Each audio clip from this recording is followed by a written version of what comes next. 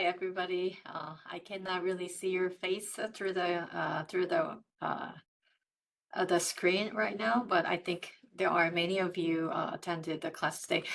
So my name is Yunmi Park, and it's a pleasure to be here today to give a presentation titled as the Crisis of Non-Seoul Metropolitan Areas in South Korea. To be honest, I initially thought of describing the situation as a crisis, but I now believe we may be well past that stage. So it might be more accurate to call it as a collapse. So some of you, I've heard that from Dr. Lee, some of you may be visiting Korea this summer. And if you also spend time in Seoul and on other regions and the small rural communities, I think you will get a real sense of what I'm talking about today. These are the list of contents that I want to go over. So today I'll walk through the following key points. The first one will be a Seoul Metropolitan City versus non-Seoul Metropolitan City. So probably I'll say, I'll call this as a capital region or a non-capital region. And then second, I will talk about a little bit about the crisis of non-capital region, including cities and counties. And also at the end, so I want to introduce a little bit of responses to regional decline in South Korea. So regarding point 3, so if you had a chance to read a paper I shared in advance, you probably have some kind of sense of the direction I'll taking in my lecture today. So I want to briefly introduce myself, even though Dr. Lee introduced a lot of information about me.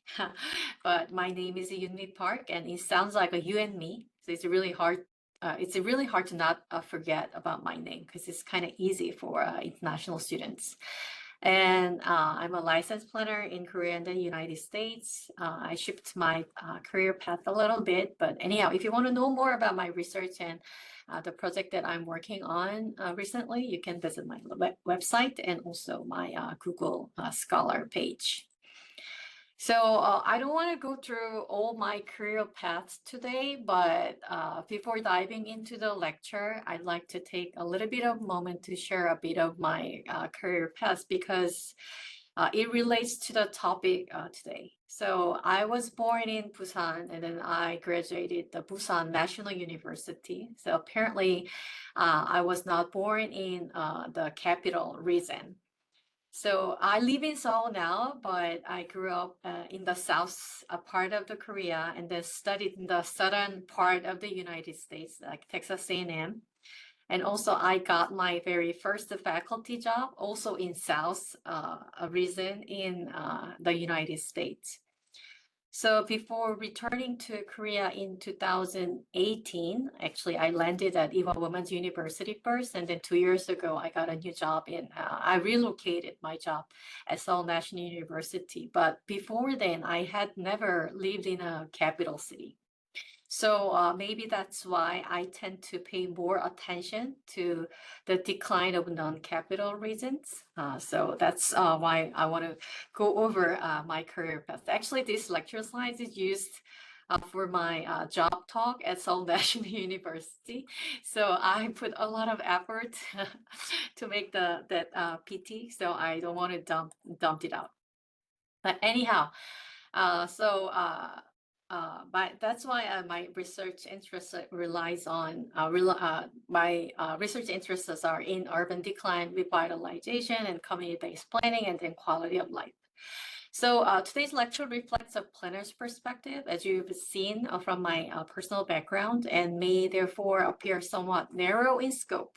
So please keep in mind that the scholars from other disciplines, probably sociology or geography, might have different perspectives, and they would emphasize the different aspects, I think. So it's a solely planner's discussion about the urban decline or the small or rural cities decline in Korea. So let's first take a look at what the term capital region or Seoul metropolitan area in Korean it's called as a 수도권, and it means and also so I want to explain a little bit about how the concentration of population and resources in this region has accelerated over time.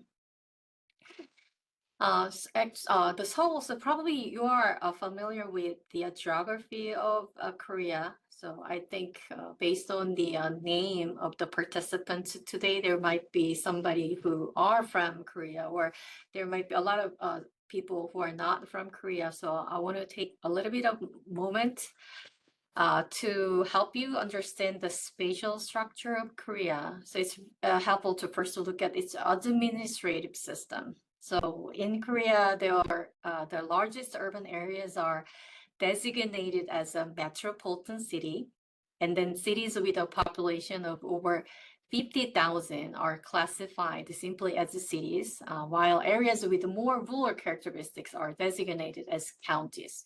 So we have a special term to talk about it, but anyhow, so I have to translate it in English. So I'll say there are metropolitan cities.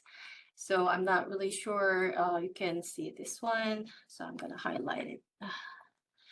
So these are the metropolitan cities. These are the kind of big cities. And then we have the 9 provinces. It's called Do in Korean, and which serves as a major administrative division outside of the capital region. So even in capital Seoul here is surrounded by Gyeonggi province. So it's a little bit kind of complicated, but you can just think there's a province, and then in the province there is a big major cities, and then the Seoul and the Seoul capital city or capital region is kind of part of the one province plus and then one big metropolitan city. So to deliver a little bit of facts about the Seoul metropolitan area or capital region, so actually the area is about 11,875 square kilometers, and then there are almost, how can I read this? There are so many things. 20, 100, 1000만, 10만, 100만, 1000만. 1000만? 1000만 어떻게 읽죠? 갑자기. So there's so many people over there. And then if you look at the density, it's about 2,195 people per square kilometers. But if you look at solely the Seoul area, it's about Seoul's density exceeds the 16,000 people per square kilometers.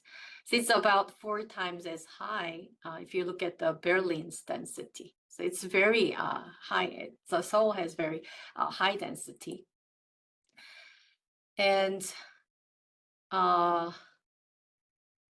also, so when we're talking about the Seoul, there's an old Korean saying like this, like send your foal to Jeju Island, but send your child to Seoul.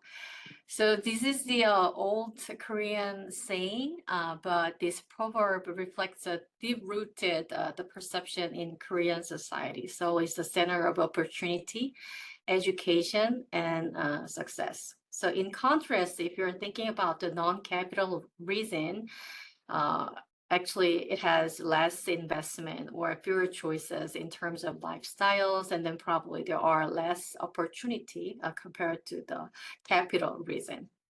So over time, this has led to what many now call the Seoul Republic, or sometimes people are saying like Seoul Firstism, a term that criticized the hyper-centralization of resources, power, and population in the capital city. So it's more like a kind of personal description, but on a more personal note, my parents also moved from rural areas to a nearby metropolitan city. For example, my father go to the high school in Busan, even though he was born in Geoje Island. This is more like a rural communities near the Busan area. And also my mom moved from, not from exactly Daegu, but it's like a Gyeongbuk province to Busan. And then they got married, and then they had 2 kids, like my sister and me, but both of them are now live in Seoul. So actually, my parents my parents moved to Busan because they were seeking better education and job opportunity, just like countless families at the time. And me and my sister, we are taking the similar path like my parents, even though we decided to move to Seoul. So it's a kind of clear example of how capital city and then capital cities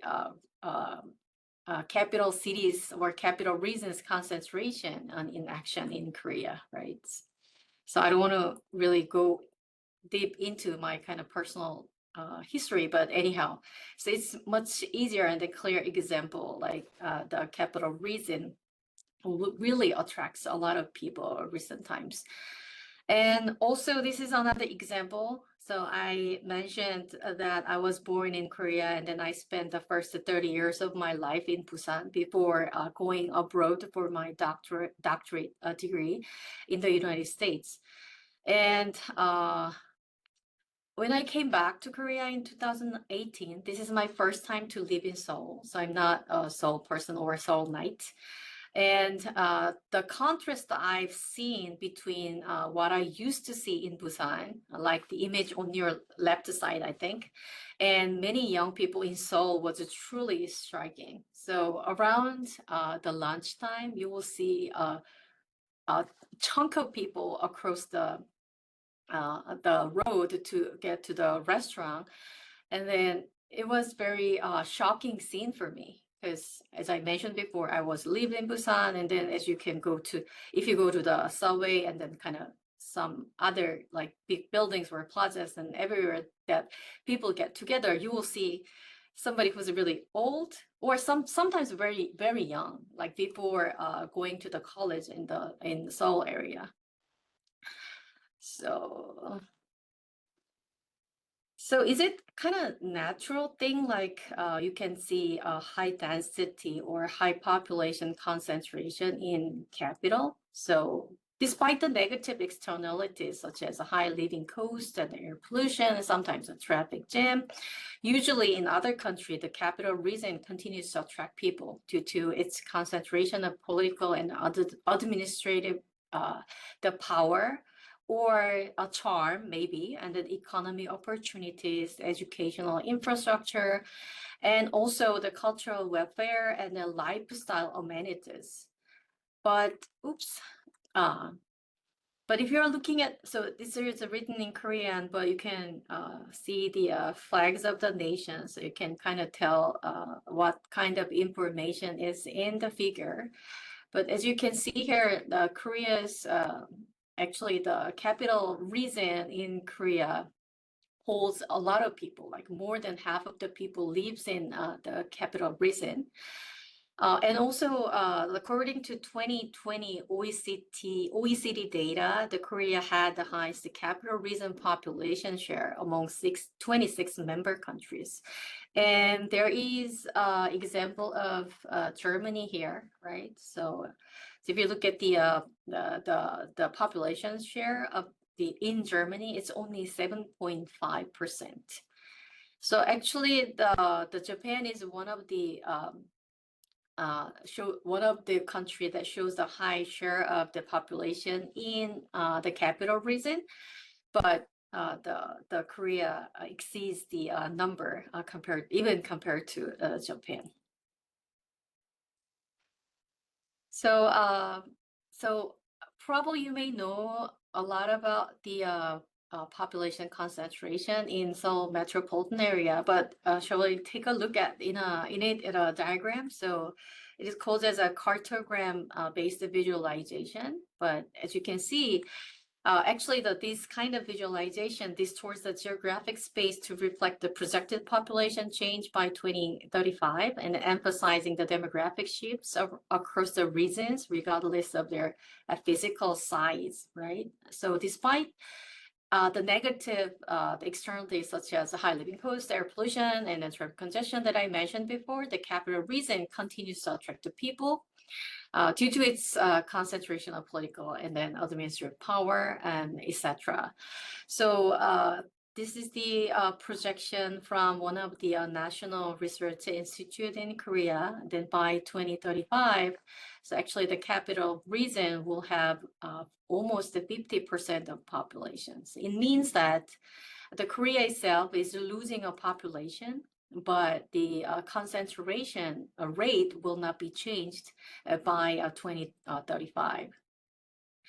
So compared to the population share of the second largest city, Busan, it's almost 35% of the population, and only among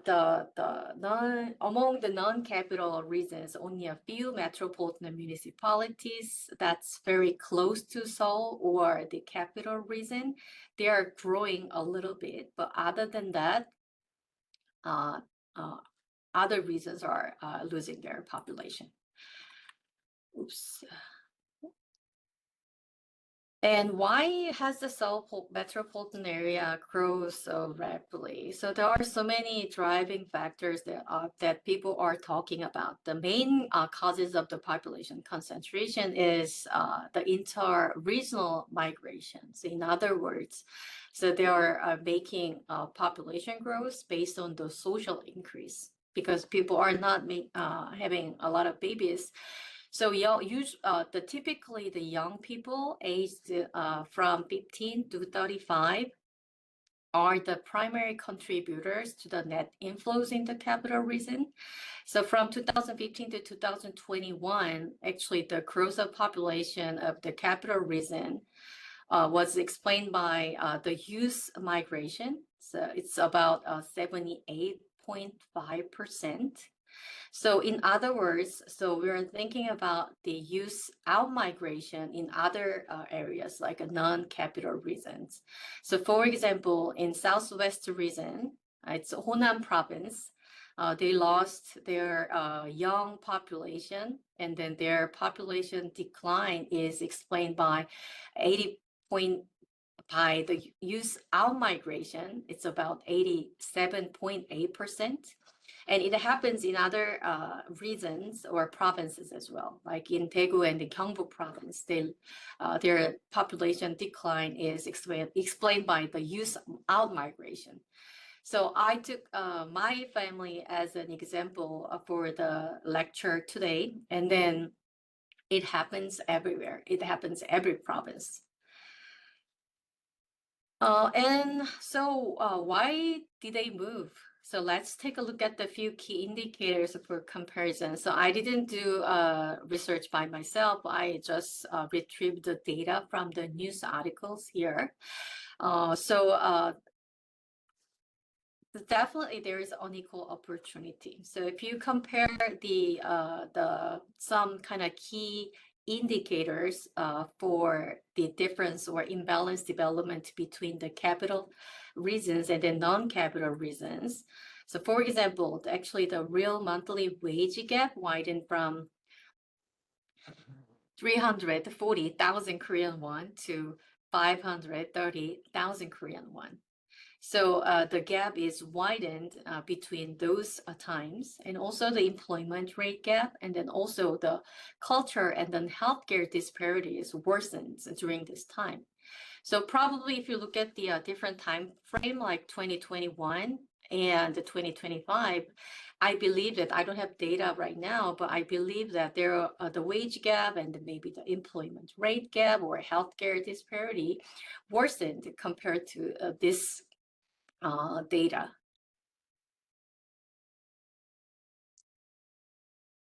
And I talk about the healthcare service. So probably if you're born in the Germany, so you may not really believe what happened in Korea every day.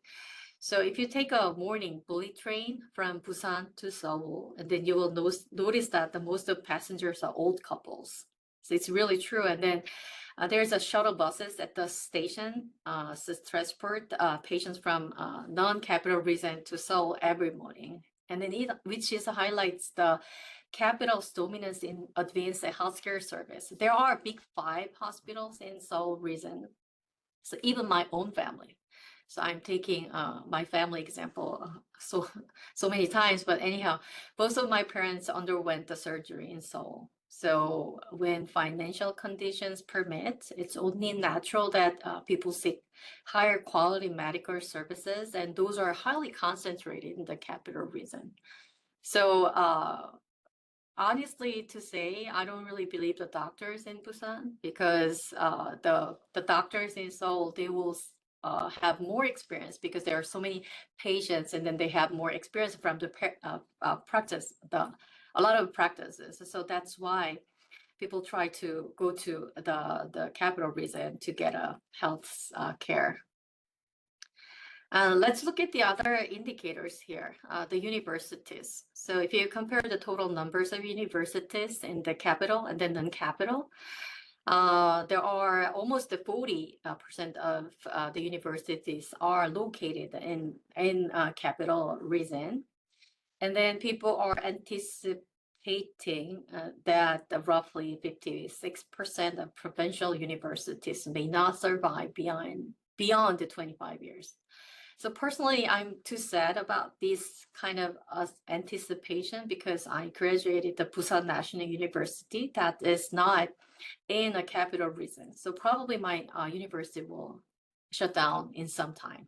Even though it's a national university, maybe the chance of the foreclosure or being closed will be a little bit lower compared to other private and then small universities, but still there is a high chance to be shut. My university will be shut down in the near future, or maybe the later the future. And also, if you look at the job postings, you will see that 2.5 times more job postings can be found in capital city. And also the high-paying good jobs are heavily skewed toward the capital city. So 75% of top 1% honors work in the capital city. And then 74% of the country's largest 10,000 firms are located in the capital city. So there's no reason just staying in a non-capital city for better life. So I cannot blame people who want to move to the capital city at all. And this phenomenon didn't just emerge after a few years or after the modernization. So there's a long-standing history about behind the centralization of capital region. So it's a little bit different from Germany, I think. So unlike Europe, where nations often formed as a federation of a smaller states, right? And then Korean lacked such a background, and then it has evolved as a single and then centralized states. So some people saying that that kind of centralized station as the political system came from the unified Silla era. So which is started at 676, and it's over 1,000 years ago. And also, especially after Joseon Dynasty, Seoul was the seat of royal authority, and then they became the political and then administrative center at the time. So if you look at the geography of the unified the Korea, so if you're thinking about the north and the south at the same time, because during the Joseon Dynasty we are not separated like this. So Seoul is located at the very, very, very center.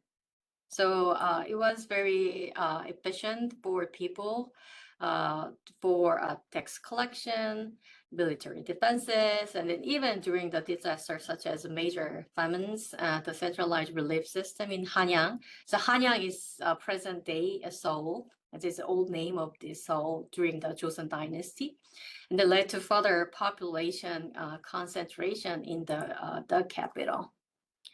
And also, I posted some the very old photo that was taken early 1900. So it's called as Hansongbu Chido Project. So in other words, it's kind of urban improvement project. So it shows a sign of modernization in Korea. And actually, those kind of project like Haussmann's renovation of Paris, so which aim to transfer Seoul into kind of modern city through road improvement and street reorganization and then sewer system installation. So which was happened only in Hanyang.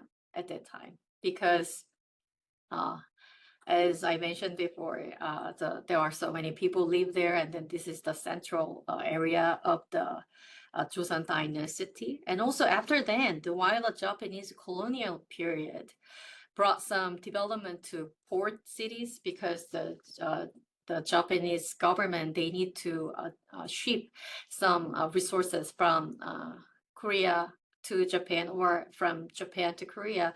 So Busan and Mokpo, such as the port cities like Busan and Mokpo was developed a little bit, but the majority of early modern experiments like a social, political, and then infrastructure kind of the experiments were occurred at Hanyang area.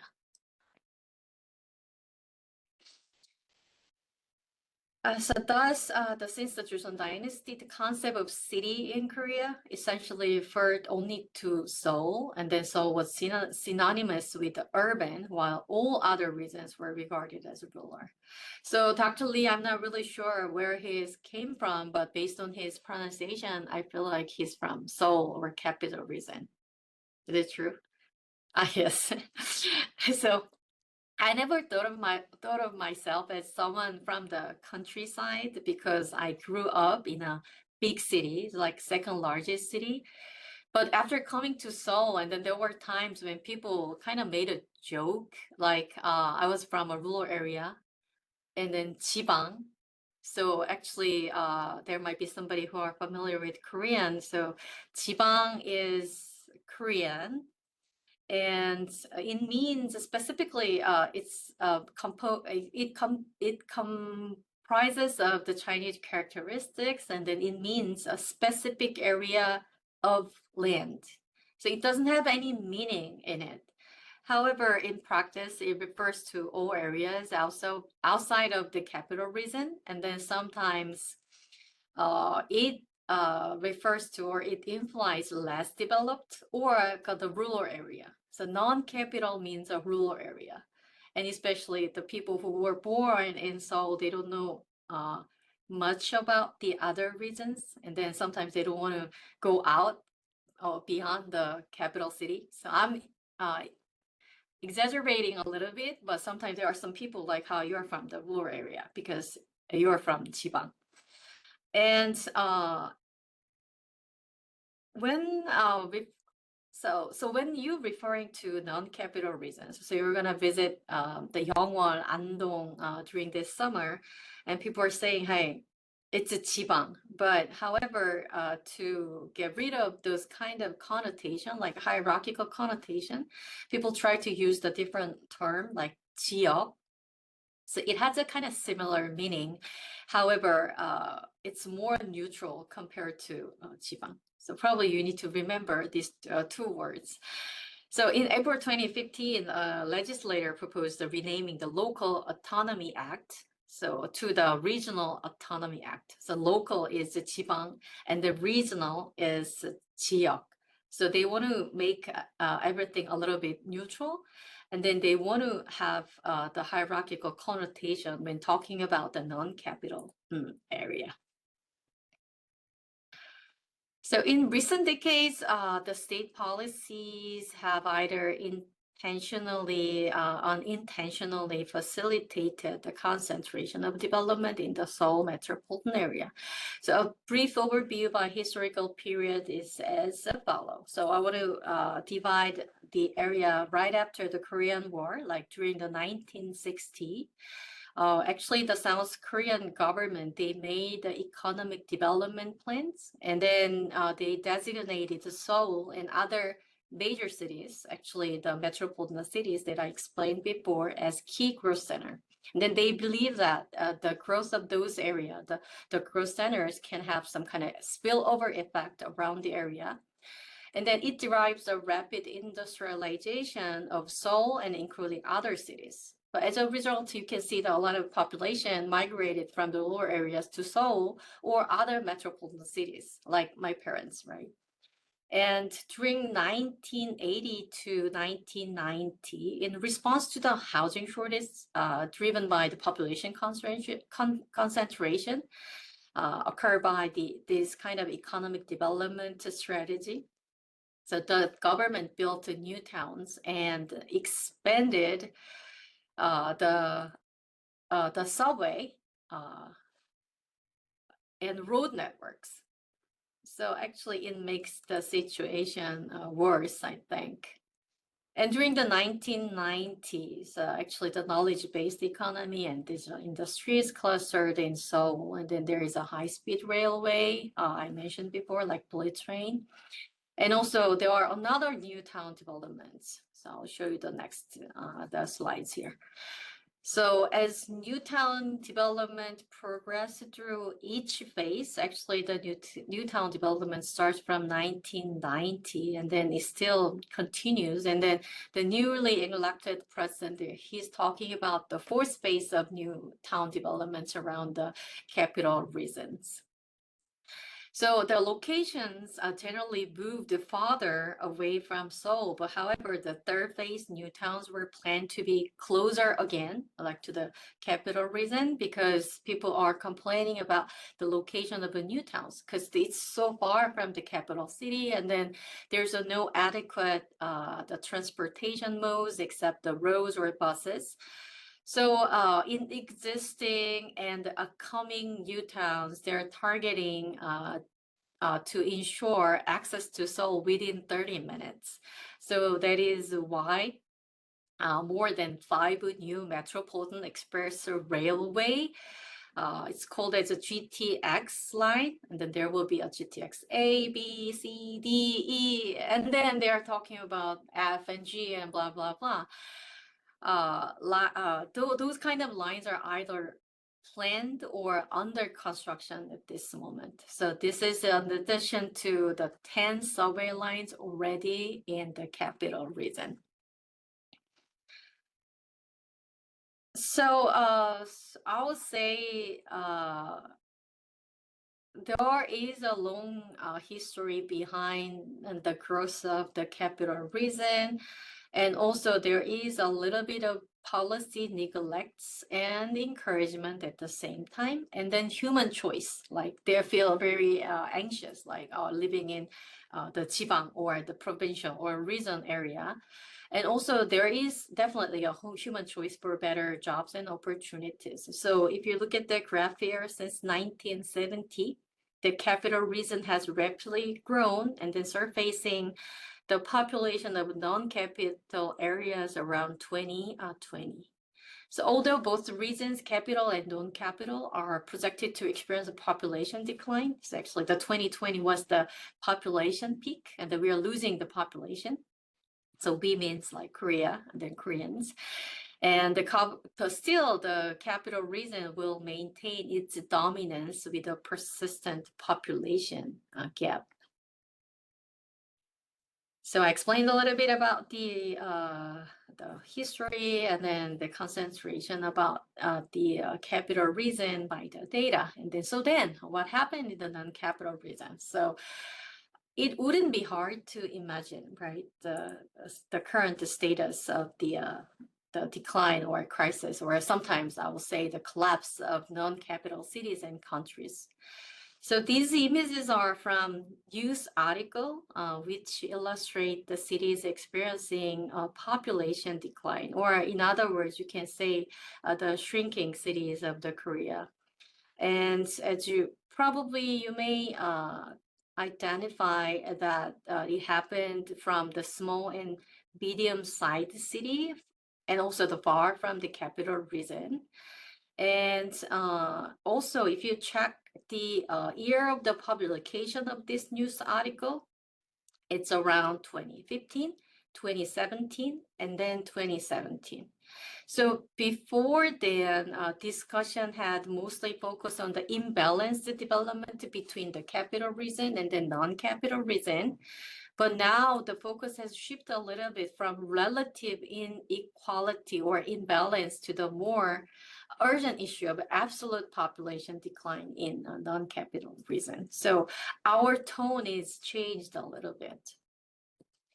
So we are calling this kind of phenomenon as local extinction or regional extinction, shrinking cities or depopulation. So actually, these terms are used selectively depending on the circumstances. Like sometimes by the different departments in the government, or sometimes in academia, they prefer to use the shrinking cities, depopulation. But if you look at the news articles, they need a little bit more, how can I say, like kind of catchy kind of phrases. So they're using the extinction, right?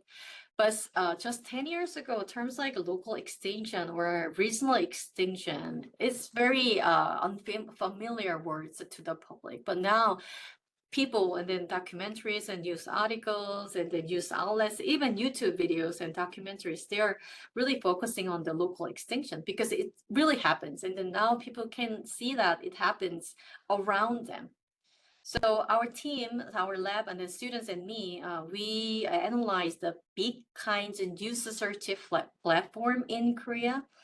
And then so this is the graph we found, and then using that Beacons and Uses search platform, we analyzed 12 major national newspapers from 2014 to 2023. So as you can see, since 2022, even though the terms are emerging around 2017, 15, but now people are talking about the extinction of non-capital reasons, and also as previously noted that regarding the nuance between the region and then province, and then we can think that the local extinction and the regional extinction is the same words, right? So if you combine those two numbers, we can say that people are really worrying about the decline or shrinking of the non-capital reasons. So although the shrinking cities, so probably in German, in Germany, the shrinking city is a more familiar word compared to the local extinction or the regional extinction. But Korea's situation is quite unique, I think. So as previously detailed, the drastic population decline and the downfall of outside of capital region amplify the risk of population decrease and then potential disappearance of certain areas in the future. So especially like rural, fishing, and mountain villages first. So they're all gonna be die first, I think. Sometimes. So anyhow, so those kind of the increased numbers of the terms that appear in the newspaper definitely shows the growing public concern over the decline of non-capital reason and the possibility of their future disappearance. So due to the growing concerns of local extinction, actually the Ministry of Interior and Safety officially amended its laws and started designating population decline areas since 2021. So it's resonates the increase, the rapid increase or growth of the term uses in the news article as well. So actually, the designation will be updated every 5 years. Actually, the first designation made in 2021. So it means that in 2026, we're going to have a new list of official population decline area. So out of 299 or 229, so a total of 89 cities, counties, and sometimes the districts in large cities have been designated as a population decline areas. So as you can see, except some capital cities or some kind of major metropolitan city, every counties and every cities are losing their population. And then it's official at this moment. When the Ministry of the Interior and the Safety designated the official depopulating areas, they're really focusing on these 8 indicators. And then as you can see here, most of them are related to the population shift or demographic structure change, including the last thing, like a physical independence ratio of the municipality. And even within a single government, actually, the departments are not getting along well, like other countries. Different departments are taking a little bit different actions here. So the Ministry of Land, Infrastructure, and then Transport, they're making official declining cities.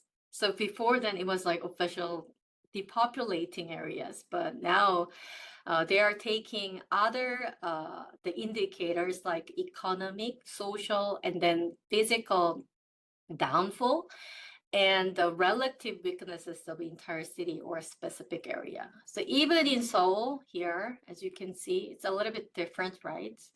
And if you just look at the condition of economy or physical or social condition, relatively speaking, Seoul is a declining city as well, based on the definition of a Ministry of Land, Infrastructure, and then Transport. Because most of the infrastructure, I think, in Seoul is quite old compared to other newly developed area. And also, at this moment, the designation cycle is a little bit different from the Ministry of Interior and Safety. And then now 144 cities, counties, and then districts are designated as a declining cities. So they are using a little bit of different indicator here. And they're looking at the population decline and industrial decline, and then building aging. So if the city or county meets 2 or more of the following 3 conditions, the area can be designated as official declining cities. So as will be explained later, each department proposed a different response strategy based on the designation. So they have different funding, and then they have different responses and the strategy to revitalize this area.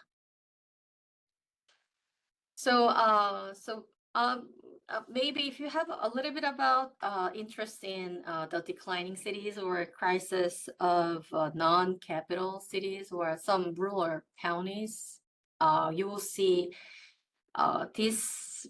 You will imagine this kind of progress, right? So these are the commonly cited causes, indicators of decline or shrinking, and consequences can be outlined as like this diagram. So I didn't change all the Koreans yet, but anyhow, if you look at the kind of big, the characters here, the process usually begin with various causes such as out-migration and then demographic structure shift. Those are the 2 major driving factors of the decline of the specific area.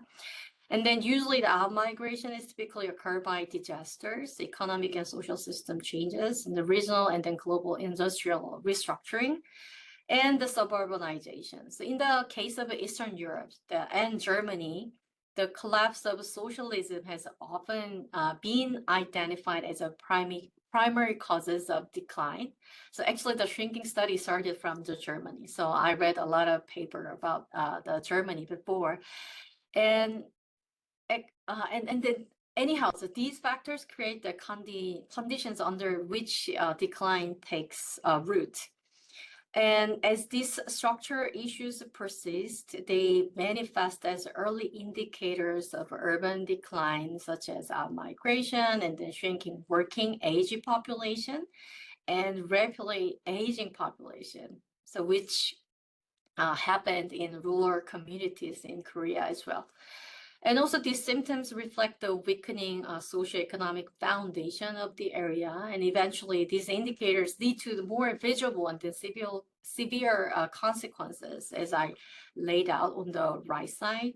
right? So it happens here in Korea, but it happens in Germany, it happens in other countries as well.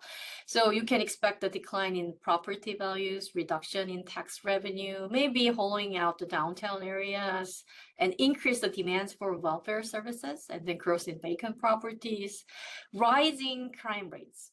But actually, it's not really true in Korea, though. But if you are thinking about the Detroit in the United States, usually the declining cities are likely to have more crime rates because there's no natural surveillance, right? So, but anyhow, it doesn't really happen in Korea. But in generally speaking, it happens in the declining communities. And so together, these outcomes further accelerate the decline, right? So this kind of feedback loop, and then creating a kind of vicious cycle that is difficult to reverse without targeted intervention. So while the Ministry of Interior and Safety and the Ministry of Land and Infrastructure and Transport employ differing methods for determining urban decline, as I illustrated before, both agencies share a common concern regarding the potential consequences of such decline. So to name a few, unequal distribution of essential services would be one drastic consequence of the decline. So cities experiencing population decline show significantly weaker accessibility to essential services for daily life. So this is not the work done by me, and this is the work done by Dr. Gu in 2018. And this information is retrieved from his report at the time. And he calculated the Gini coefficient that measures how unevenly facilities are distributed across the shrinking regions based on their per capita availability of certain the facilities. For example, cultural facilities and elderly leisure facilities or the hospitals. So usually the higher value of a Gini coefficient means a stronger regional concentration or uneven distribution of certain facilities. So here, dark navy line in figure shows the income inequality, right? So income equality remained relatively stable over time. However, so this is a national-wide the data collection and then calculation, but the cultural facility here, the red dotted line in figure shows that the highest level of a regional disparity. So it means that the cultural facility concentrated in certain area, and then there might be it's not evenly distributed across the nation. And also, if you look at the green line and then the blue line, you will see the inequality in terms of distribution of those facilities. And especially those, the red line, the elderly leisure facilities has shown a consistent unequal distribution since 2007. So it doesn't progress at all. So it gets worsen and worsen. And this is the other one. So residents in shrinking cities must travel farther than those in other cities to reach childcare, hospitals, clinics, and public libraries on average. So upon closer examination of the graph here, solid line illustrate the actual distance in 20 shrinking cities that the Dr. Gu examined at the time, and then while this dotted line here illustrates the average distance across the nation. So from that graph, we can tell that the travel distance in shrinking cities can be up to 3 to 4 times longer than the national average. So if you're thinking that you are living in some shrinking cities here, and then if your parents or your family is sick, you have to drive longer, and then sometimes you cannot get a public transport to get to the hospital. So we born in the same country, and then we have a right, I think we have a right to lead this kind of similar life, but the gap in terms of the quality of life in shrinking cities and then not shrinking cities or capital cities get worsened. So I think that's kind of a problem. But anyhow, despite such a poor accessibility, the government is spending more money for shrinking cities. So in Seoul, the expenditure roses from 4.27 million to 16.19 million between 2001 and 2016. So based on the report from Magangne professor in Korea. But in 20 shrinking cities, the expenditure saw an even steeper increase, going from 13.68 million to 48.22 million. So it means that to support the same amount, to provide a similar level of the service to certain area, there is a huge gap in terms of the local government and also the central government expenditure. And likewise, even when population decreases, there will be a demand for infrastructure diminishes. Yet many municipalities continue to construct, operate the new and existing facilities. So think about the SOC, like the infrastructure you are thinking of. It's a little bit different from your iPhone or Samsung Galaxy. So yeah, once it's built on the ground, it cannot just be abandoned, right? So if its uses declines due to the population decline, but it should be continued, maintained, and then the continuous investment is required. So according to 2021 survey on the operation of public facilities by local governments here, so 863 large scale public facilities with a construction cost over 10 billion Korean won for small municipalities, or 20 billion Korean won for metropolitan cities, municipalities reported a combined deficit of almost 994 billion Korean won for a year. And so the actual physical deficit is likely much higher when you're including the maintenance costs for small scale local infrastructure, like small, there will be like a small, maybe the trash cans or streets or fences or things that you can see outdoors. And the other one will be like the vacant houses. So another negative consequences of decline that you can imagine would be vacancy and then abandoned structure. Actually, it's my primary and the recent research topic. So I have so much interest in these vacancy issues. But as you can imagine that the vacant housing problem is not merely about the empty buildings, right? Rather, it's complex urban issues that they can cause something like some kind of negative effects on economy, society, environment, and the quality of life for remaining residents. So people are living, but there might be still remaining residents. If you're thinking about the remaining residents, there are some people who are willing to leave, but they don't have any resources to leave, or they're old enough not to leave. So it's gonna be a very kind of big issues for the remaining residents. And as of November 1st, maybe the Germany has kind of similar problem, I think. There were 1.553 million vacant houses in South Korea, and the rural vacant homes account for approximately 50% of the total vacant housing stocks. So you can find a little bit of vacant house in Seoul, but it's not very kind of serious because usually they are vacant intentionally, like homeowners just abandon the property for future development or etc. But the conditions and the circumstances in the rural communities are a little bit different. And also you can find the urban voids, so-called perforations, which is resulted from the vacant land demolition.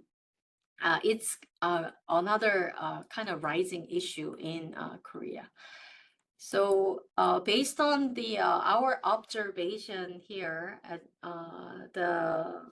actually the vacant areas are detected automatically using some like very simple AI techniques here. And this is the example from Ponghwa-gun and then Namwon City. This is one of the shrinking cities in Korea. And we found between 2015 to 2020, we found a total of 16 perforation or urban voids have been identified, covering an area of almost 1.5 times the size of the soccer field in Ponghwa-gun. Actually, the Ponghwa-gun on your left side, they only have less than 30,000 residents. But the urban voids area is getting larger and then larger, and then we're going to continue to detect the urban voids, but we are expecting that the urban voids area will increase in the Ponghwa and also the Namwon city as well. So these neglected empty space often become hotspots for illegal parking, waste dumping, and then soil and the water pollution. And also, if you're thinking about the microclimate of the communities, such as ventilation, wind corridors, and then thermal comfort. So actually, the microclimate can change because there was a structure before, and then they're gone, and then it really affects the microclimate. And then we did a small research in Detroit, and after demolition, people are suffering from the heat, I think. And then it was a statistically significant. So I think that's a kind of big problem in the future.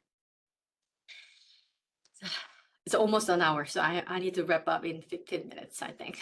So what were the key policy measures in Korea? So it's not like we were just sitting around doing nothing. So we tried everything we can do, but anything was successful, I think. So although it's quite old and didn't directly revitalize the non-capital region, but there was a urban planning policy aimed at limiting development in Seoul. So it started from 1982, and now we have Capital Region Plan 4.0 version. So every 5 years, now it's almost 20 years, we have to update this Capital Region Plan.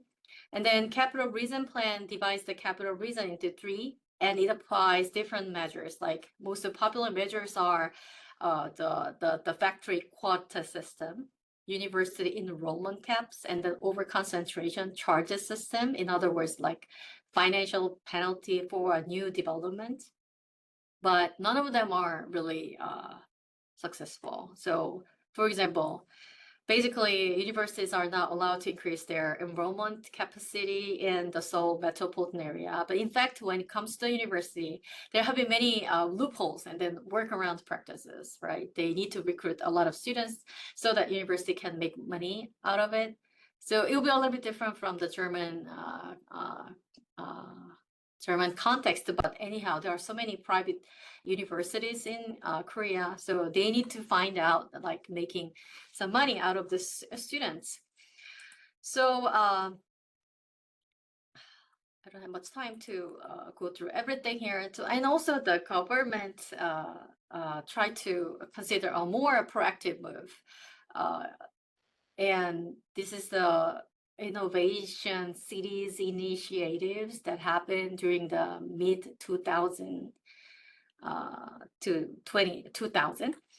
And as a part of public institution relocation policy that happened from 2005 to 2019, the government relocated over 150 public institutions from the capital region to non-capital region. So actually, when I say non-capital region, some of them are in small or medium-sized city, while others are in large cities as well. So when they're moving or relocating this public institution, they developed the innovative cities. It's called as a 혁신도시 in Korean. It's more like a planned and self-sustaining kind of new towns that I introduced before in non-capital region. And it was developed for the relocating public sector employees and also the local residents. So initially, the initiative has a good reason and then good goals. However, at the end, it was not really successful in overall, I think. However, you can see some kind of positive sides. So some reports indicate that the rate of family accompanied relocation is increasing in certain regions like Daegu, but Daegu is one of the largest city, home to over 2 million people. So if you are thinking about the German context, so it's not a really small city. So there's a reason that the family decided to relocate to the big city, but other the innovation cities that developed in small or some medium-sized city, they are still struggling. So the numbers on your right side shown in circle represent the total numbers of relocated public institutions during the first phase, and then actually phase one of the relocation is almost complete. And then the government tried to do Innovation City 2.0, but it was not successful because there's a lot of resistance from the people, especially the public institution workers. And also there's a lot of competition between the non-capital cities and the municipalities. So, and there's another kind of political reason in Korea, political issues in Korea. So actually the Innovation City 2.0 is postponed at this moment. But it's been 20 years since we initiated this Innovation City initiatives. So it's a little bit different from how it was at the beginning, but we cannot really say that this is a very successful initiatives yet. So if you look at the employee retirement rate on your left side, and also there are some vacant commercial properties in the Innovation City, right? So ironically, the policy resulted in the outmigration of residents from the existing adjacent cities because it's a new town. So people are so attracted to the new towns. So the adjacent, the small municipalities and the rural communities, they are losing their population rapidly rather than fostering regional growth. And also, as more employees retire, it becomes increasingly difficult to recruit the talented professionals willing to work in that the small regional areas. And also, the private companies have also begun to withdraw their decision for the relocation. So I'm saying that this is not successful as well. And the other one, unsuccessful story. So let's take a look at another policy here. So one of the oldest and the traditional way to boost the regional the reason is economic development. So probably you can find a similar the revitalization strategy in Germany, Europe, and everywhere.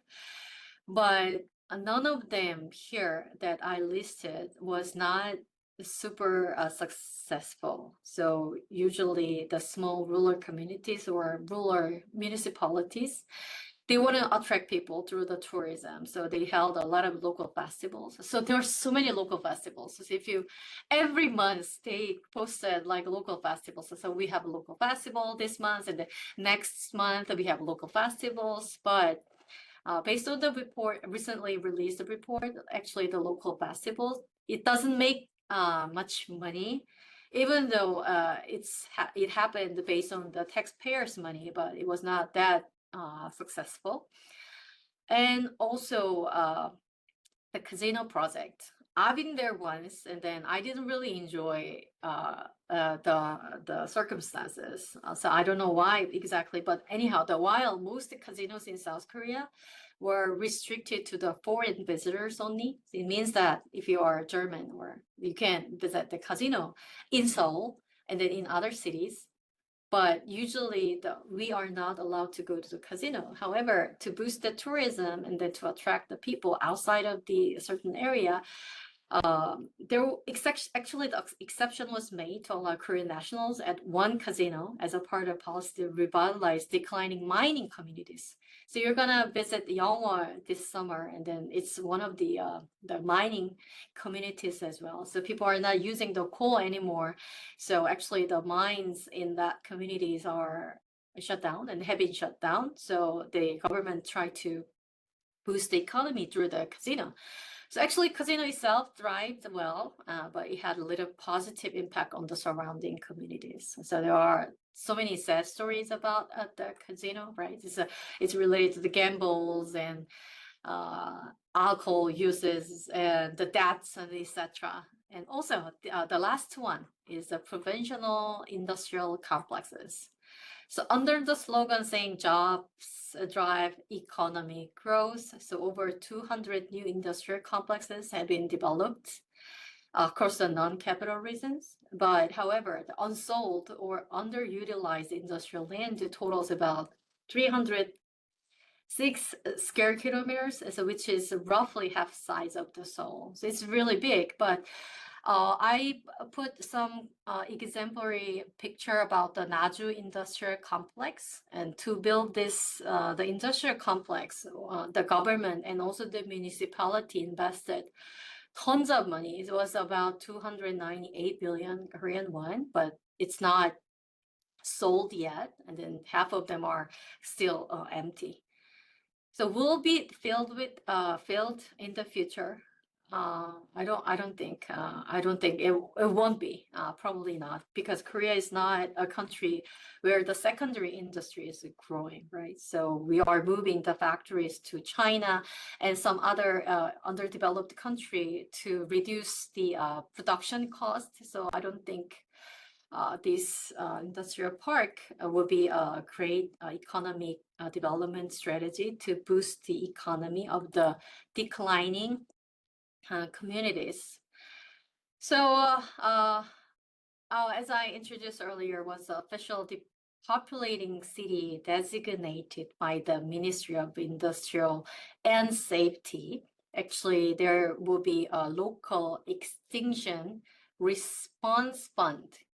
So there will be a financial support from the central government. It will be like 690 million euro annually, and then it will last for 10 years, and then 25% going to the metropolitan governments, and then 75 will be go to the basic municipality. It means a little bit smaller and then mid-sized cities. But the government usually taking a competitive grant award process. In other words, the municipality should write a proposal to get the grant money, and then they will get it based on the competition. So it means that they make their proposal standing out compared to other municipalities, right? It's kind of free money. So the competition is quite how can I say, quite competitive. The competition is quite competitive. So through the competitive grant award, usually people saying that, oh, we're gonna invest this money for industry boosting, employment, culture, and then tourism. So probably all of which I just referred to as an unsuccessful example in the previous slides, right? So they've done the similar thing before, but now to get the grant money, they are proposing the same kind of way to revitalize the area. However, if you look at more closely, the central government's competitive funding schemes often pressure like local governments to prioritize the infrastructure construction in their proposal, right? Even when demand is lower, or it could be lower in the future, or similar facilities already exist, because such projects are more likely to produce a kind of visible outcomes. However, if you look at the average execution rate after getting a grant, 400 municipal projects remain at only 37.6%, and the 62 projects have seen execution rates below 1%. It means that they got the grant, but they cannot really use it for their initial purpose. And the other department, they're doing another project. So they're making really good project name, I think, Urban Regeneration New Deal Project. So it started from 2017. And it has a little bit of different aim and goals compared to the previous mentioned, the Urban Declining Response Fund. But the outcome is a little bit similar. So there were so many pressure for visible results. So I retrieved certain paragraphs from the news article here. So if I can read carefully.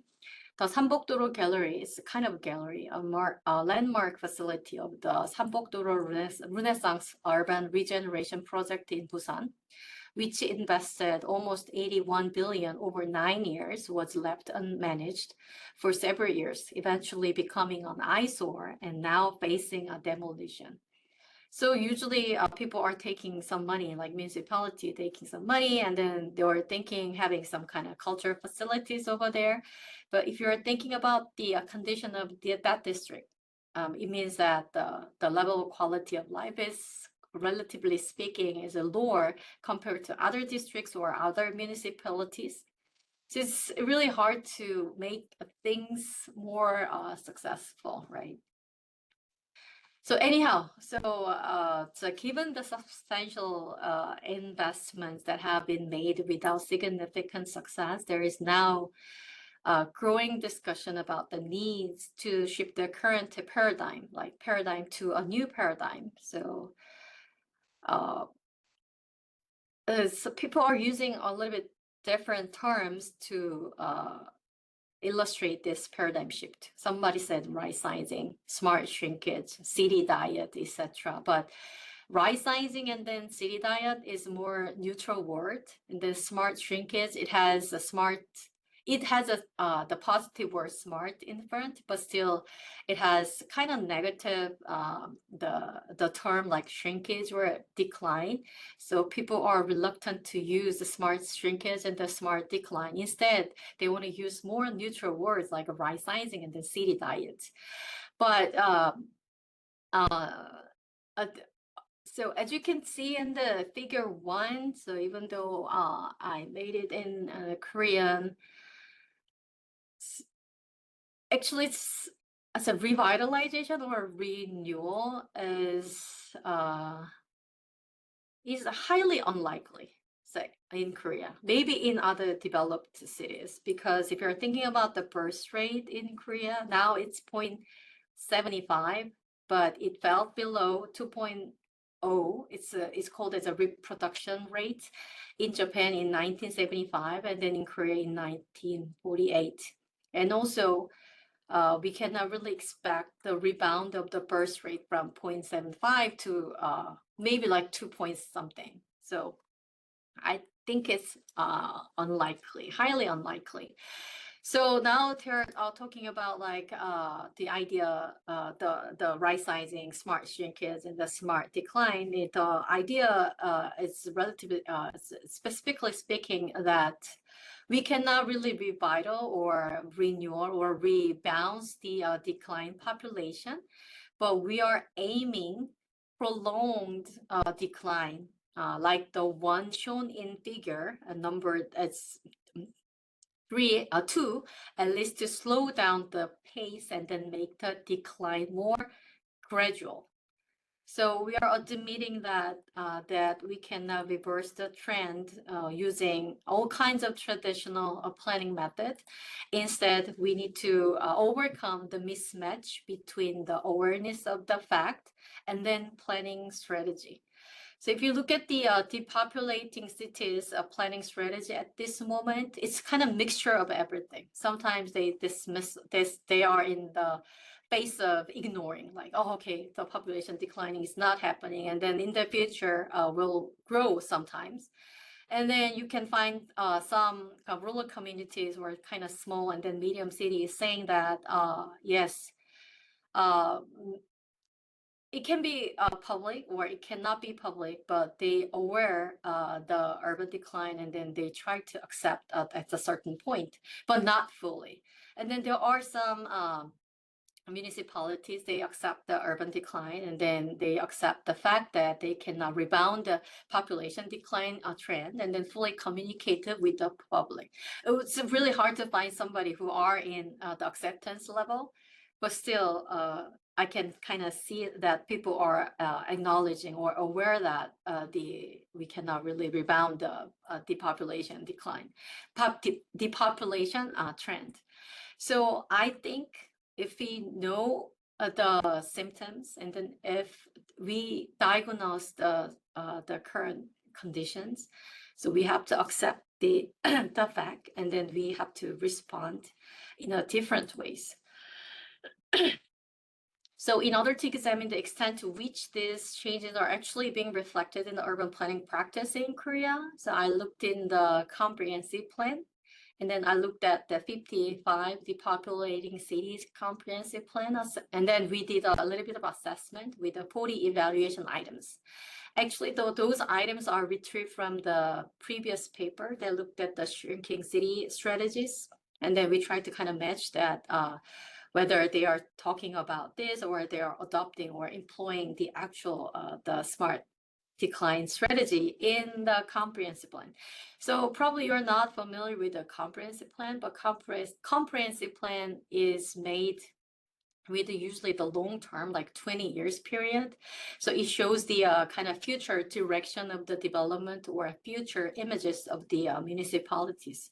So it's one of the most important planning documents in Korea, I think. And then it's similar to F plan in Germany. So if I recall my the undergraduate classes, it's called as a F plan, I think, or B plan, maybe a F plan, I think. So it's a plan for the whole city's future.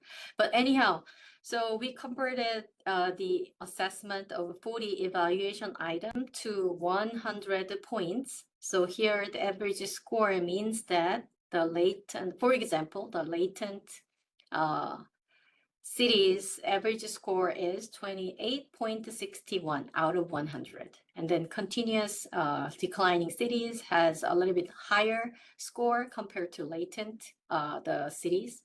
So actually the latent declining cities here refer to those that have experienced a population decline the long term, but not currently. So they have a little bit of a stable population decline. So anyhow, I don't want to go kind of deeper about the each item individually, but if you look at the several items that rarely mentioned has certain the patterns. So usually they don't want to talk about the down zoning. So it means that your commercial area can be down zoned to the residential area. So it's related to the, how can I say, the monetary the benefit that you can get, right? So if you're thinking about the FAR or the development intensity, you can build a high-rise building in a commercial area or commercially designated area. But if somebody or the city wants to convert your commercial area into the residential area, there will be a lot of resistance from the public or the private. And also the public service reduction, land banking and relocation incentives, and the land use restructuring were rarely mentioned. So I think this is because it's they are politically sensitive and then institutionally challenging items. So why? Because the local governments think about it. They are elected officials, right? So they are reluctant to propose downsizing or downzoning or downgrading of certain public services. And then they have a great fear about the political backlash. And sometimes population decline is often seen as a sign of unhealthy cities. So if you're elected officials and then you're saying that, oh, we're going to decline, so we're going to downsize. And maybe people won't give you a vote, right? So this reluctancy came from the political kind of settings of Korea, and then maybe on another country as well. So recently, the government and the people are talking about the changing the policy orientation a little bit. So the promotion of 관계인구, as it's called as a relational population. So they're not a permanent residents over there. However, they have a little bit of connection to the area or to community. But they're not they're not full-time residents, but they are willing to buy a house there, and that they want to make donations, and then they want to visit frequently because they have some kind of ties into the communities.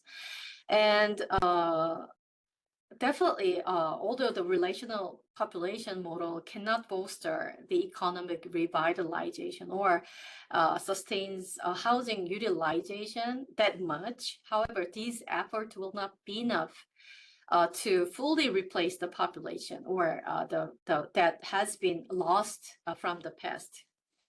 So now they're talking about the compact and network spatial reorganization in small cities. So this is the project that I work on.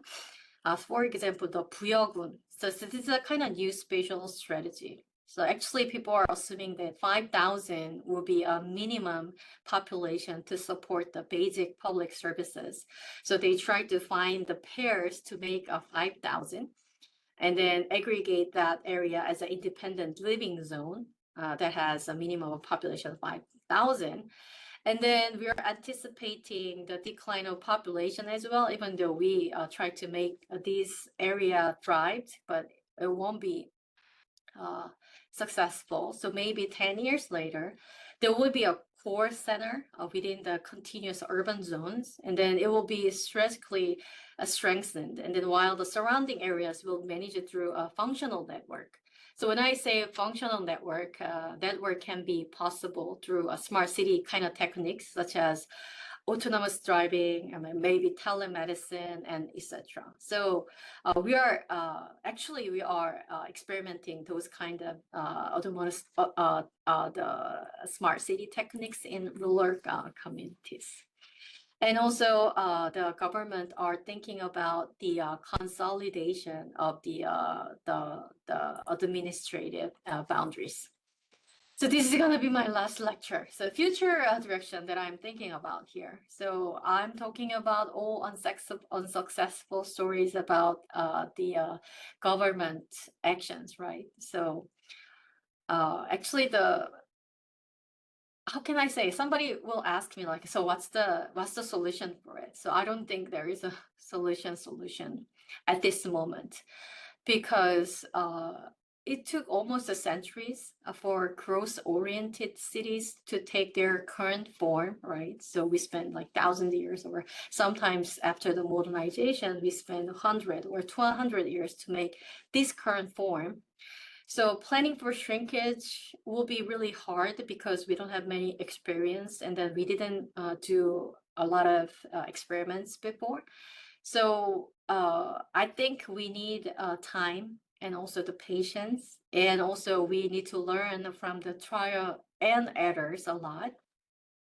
But apparently, as time to acknowledge the population decline is happening around us, and also we should believe that we cannot really rebound the population declining trend, and that we cannot really save that rural communities or the non-capital region with a kind of traditional way of revitalization strategy.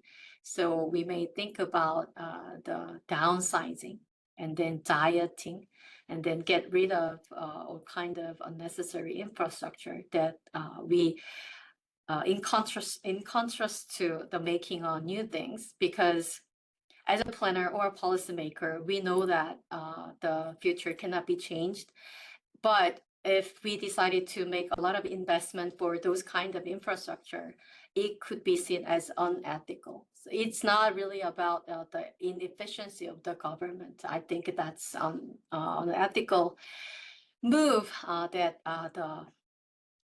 the government and then planner and then policymaker can make. Oh, thank you so much for listening the lecture.